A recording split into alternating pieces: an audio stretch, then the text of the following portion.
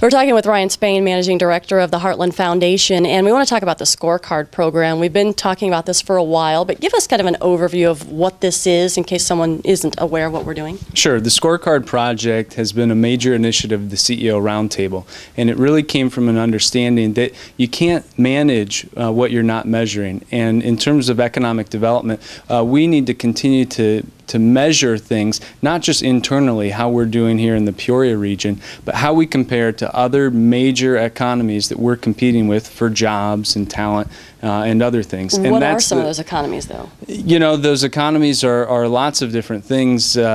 Most people tend to think of our competition as very narrowly defined within communities we're familiar with. It might be Bloomington Normal, it might be Springfield. For the purpose of the scorecard, those really aren't the communities that we're in competition with. And mostly we're competing for jobs and businesses with other major Midwestern economies. What are the categories that we're looking at? Obviously you can't score just an infinite number of categories, so we had to limit it. We have 5 major categories. First is overall economic development. Second is innovation. Third is people, our human capital and our workforce. Fourth is the business climate and entrepreneurship. And then fifth is a quality of place or a livability category. And this is going to be released to the public in March, but can you give us a little preview of how do we score in those categories? You know, we score fairly well in many of them. One of the purposes of doing this project, though, is that we wanted to find some areas where maybe we weren't doing as well.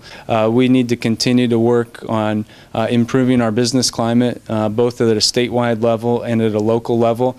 And then we need to celebrate some of our successes, some things that we're doing very well. We're doing well in higher education categories. We're doing well in access to health care and some of the other livability issues. So there's some very good things, and then there's some opportunities for growth. All right, well, once again, this is going to be released to the public coming up in March, so we'll have folks be sure and tune back in, check the website. We'll be doing public presentations all throughout the area to get this information out, and it'll be good information for people to use.